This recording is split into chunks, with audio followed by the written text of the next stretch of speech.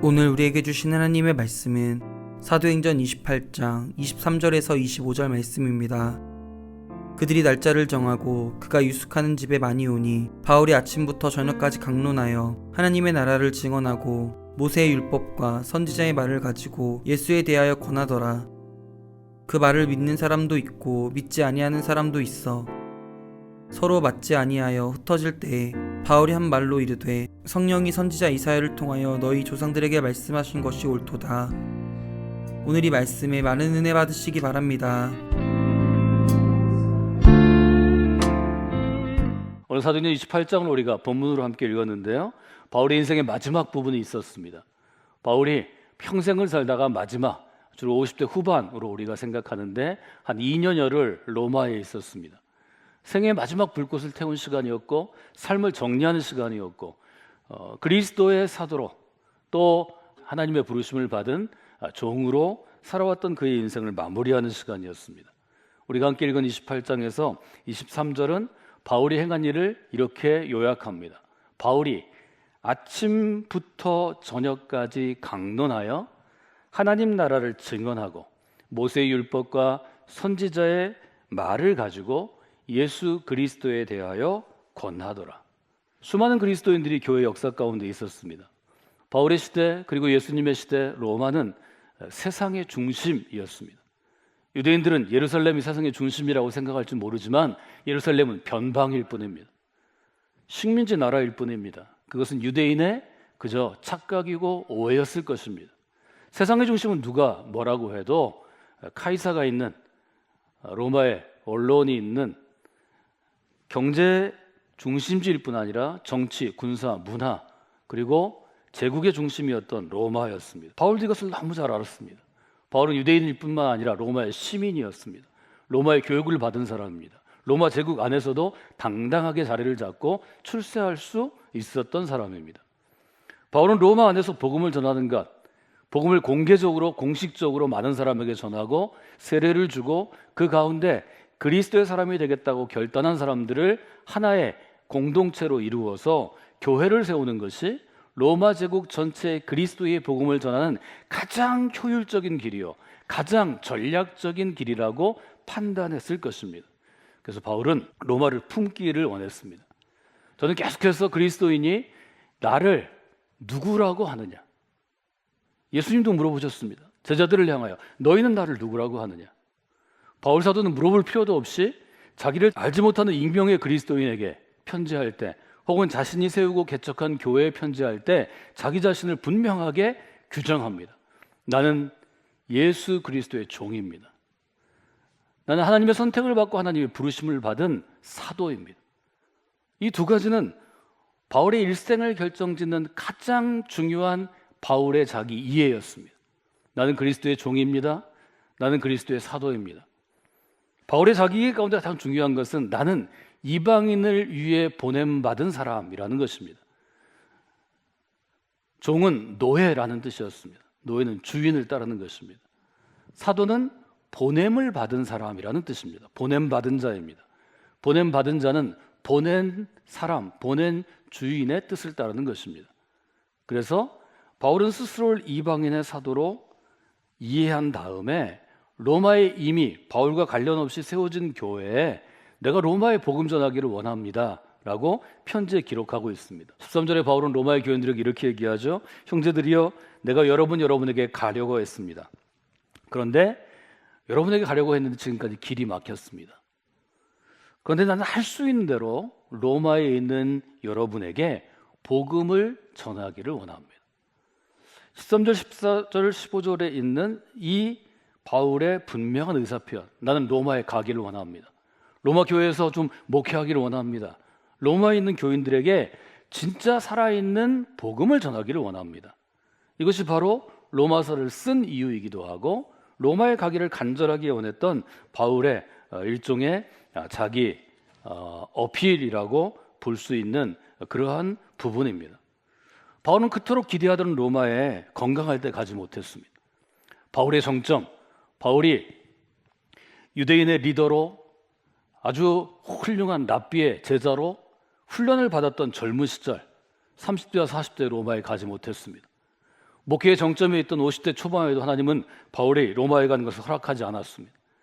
바울이 죽을 무렵이 되었을 때, 그 당시 50대 후반은 지금으로 얘기하면 아마 80쯤 되지 않았을까요? 바울이 건강하게 살아도 이제 인생을 마무리할 그때, 바울의 학자들이 얘기하는 것처럼 우리 나이로 58이나 59쯤 되었을 때, 그때 하나님은 로마의 바울을 허락하셨습니다. 중요한 것은 바울이 아주 탁월한 설교자로 존경받는 초기 교회 지도자로, 목회자로, 탁월한 영적인 리더로 로마에 간 것이 아니라는 것입니다. 여러분이 아는 것처럼 바울은 죄수의 신분으로 로마에 갔습니다. 사도행전 28장에서 중요한 것은 두 가지죠. 하나는 바울이 죄수의 신분으로 갔다는 것입니다. 둘째는 바울이 감옥에 갇혔다는 것입니다. 제가 사회적인 성서 해석에서 이 감옥을 설명할 때 지금처럼 죄수들이 수백 명, 수천 명 있는 단체로 있는 교도소가 아니라고 말씀을 드렸습니다. 바울은 로마 시민이었습니다. 바울은 다른 사람의 것을 빼앗거나 다른 사람에게 폭력을 행사하거나 아니면 로마의 사회를 교란시키는 잡범이 아니었습니다. 바울은 지성인이었습니다. 당대 탁월한 교육가요, 사상가였습니다. 바울은 사상범이었습니다. 로마의 시민이었고 바울은 사상범이었기 때문에 로마 제국은 바울에 대해서 일정한 대우를 해줘야 했습니다. 그 대우가 무엇인가 하면 바로 가택연금입니다. 바울이 사비를 들여서 자비로 바울을 후원하는 사람들이 어떤 집을 전세를 내면, 월세를 내면 그곳을 감옥으로 생각하는 것입니다. 일종의 자가격리입니다. 말하자면 바울은 그 조그만 공간 안에서 자기가 할 수 있는 모든 것을 할 수 있는 자유는 있지만 금 밖으로 나갈 수는 없습니다. 금 밖으로 나가지 않도록 로마의 제국에서 파견한 일종의 병사가, 군사가 그를 지켰다, 이렇게 표현합니다. 말하자면 바울은 바울이 선택한 길로, 바울의 방법으로, 바울이 생각한 프로젝트로, 바울의 규모로 복음을 전할 수 없었습니다. 그럼에도 불구하고 사도행전은 맨 마지막 28장을 마무리한 30절과 31절에서 바울이 로마에서 2년여 가운데, 여기 바울이 온 이태를 그렇게 되어 있죠. 2해 동안 한 일에 대해서 이렇게 기록하고 있습니다. 바울이 2년 동안 자기의 셋집에 머물렀습니다. 자기에게 오는 사람을 다 영접했습니다. 하나님 나라를 전파했습니다. 주 예수 그리스도에 대한 모든 것을 담대하고 거침없이 가르쳤습니다. 셋집에 머물렀습니다. 사람을 영접했습니다. 하나님 나라를 전파했습니다. 가르쳤습니다. 이 네 가지가 로마에서 바울이 했던 일이라는 것을 사도행전의 마무리에서 우리가 볼 수 있습니다. 맞으면 바울은 생각한 대로, 나 자신이 생각한 바울의 때, 바울의 길로, 바울의 규모로 로마에서 살아가지 못했습니다. 그러나 먼 훗날, 아니 바울이 죽기 전, 바울이 자기의 삶을 마감할 때, 아니면 바울이 순교의 형장에서 이슬로 사라질 때, 그때 바울은 깨달았을 것입니다. 내가 원한 때, 내가 원한 길로, 내가 원한 규모로 내가 쓰임받지 못했지만 하나님의 때, 하나님의 길로, 하나님의 규모로 나는 쓰임받는 인생이 되었구나. 이것이 바울의 마지막 깨달음이라고 저는 생각합니다. 하나님의 때, 하나님의 길로, 하나님의 규모로는 바울의 미니스트리, 목회자로서, 사역자로서 그의 사역의 길을 마감할 수 있는, 혹은 표현할 수 있는 최선의 표현이라고 저는 생각해서 이렇게 요약한 것입니다. 바울이 직접 저술한 빌립보서에 보면 이런 자신의 상태에 대한 바울의 이해, 우리가 얘기하는 뉴 인터프리테이션, 새로운 신앙적인 해석이 빌립보서 1장에 담겨져 있습니다. 빌립보서에 있는 형제들에게 바울은 이렇게 편지를 씁니다. 형제들이여, 내가 지금 당한 일이 오히려 복음 전파의 진전이 된 것을 꼭 알아야 합니다. 나의 매임이 그리스도 안에서 모든 시대 안과 밖의 사람에게 나타났습니다. 나의 매임이라는 표현을 씁니다. 나의 구속당함이, 나의 결박당함이, 나의 옥에 갇혀 있음이, 그것이 오히려 하나님께 쓰임받게 되었다는 것입니다. 14절에 보면 형제 중 다수가, 형제 중 여러 명이 나의 매임으로 말미암아 주 안에서 신뢰함으로 겁없이 하나님의 말씀을 담대히 전파하게 되었습니다. 내가 지금 갇혀있는 이 상태를 나의 매임이라고 표현합니다. 여러분, 믿음으로 살아가는 사람들에게는 이런 새로운 변화, 새로운 해석이 일어납니다. 신앙생활을 하면서 제일 크게 오해하는 부분이 있습니다. 그것은 내가 지금 믿음 생활을 잘하면 내가 생각하는 어려운 일이 나에게 오지 않을 것이라는 오해입니다. 우리가 그리스도를 잘 살아도 인생의 위기가 올 수 있습니다. 아니, 피해가지 않습니다. 우리 앞에 문이 닫힐 때가 있습니다. 닫혀진 문 앞에서 여러분은 어떻게 대응하고 반응하십니까? 주저앉을 수 있습니다. 목 놓아 울 수 있습니다. 뒤돌아 달려가서 삶을 포기할 수도 있습니다. 문을 깰 듯이 주먹이 부서지도록 벽을 두드릴 수도 있습니다. 그러나 여러분, 기억하셔야 합니다. 우리 앞을 가로막는 벽이 있다면, 그리고 이것을 하나님께서 허락하셨다면, 하나님은 우리가 믿음으로 설 때 그 벽에 새로운 문을 만들어 내시는 분입니다. 내가 그 문을 열고 나갈 때, 내가 그 문을 통과하고 나갈 때 내 뒤를 이어서 나와 비슷한 경험을 가진 수많은 다음 세대들이, 다음의 그리스도인들이 그 문을 통해 나아갑니다. 그리고 그것은 새로운 길이 되는 것입니다. 이것은 이사야의 고백입니다. 이것은 바울 사도의 고백입니다. 이사야는 주저앉아 있는 이스라엘 사람들에게, 목 놓아 울고 있는 이스라엘 사람들에게, 문을 깰 듯이 두드리는 이스라엘 사람들에게 이렇게 도전합니다. 여러분도 이전 일을 기억하는 사람들이 아닙니다. 과거를 기억하지 마십시오. 이전 일을 생각하지 마십시오. 과거를 생각하지 마십시오. 하나님이 말씀하십니다. 보라, 내가 새 일을 행할 것이다. 이제 나타낼 것이다. 내가 광야의 길을, 사막의 강을 낼 것이다. 이는 내 백성이 풍성히 마시고 배불리기 위한 나의 뜻이다. 이것이 이사야를 통해 주신 하나님의 메시지였습니다. 이것은 예수님을 통해 주신 메시지이기도 합니다. 그리고 바울은 그것을 교회 공동체를 통해서 로마 제국 가운데 실현시킨 것입니다. 저는 여러분에게 이렇게 도전했습니다. 믿음의 열정은 위기를 견디어내는 힘입니다. 여러분, 자녀들에게 부모가 선물할 수 있는 것들이 어떤 것인가요? 우리는 자녀들에게 일종의 지식적인 어떤 라이선스, 자격증을 주기를 원합니다. 우리는 아이들이 좋은 학교에서 교육받기를 원하죠. 우리는 많은 재산을 모아서 아이들에게 좀 유산으로 주기를 원합니다. 집도 주고 직업도 물려주기를 원합니다. 가장 중요한 것은 아이들에게 교육을 통해 줄 수 있는 IQ, 지능지수, 20년 전부터 얘기한 EQ, 감정지수.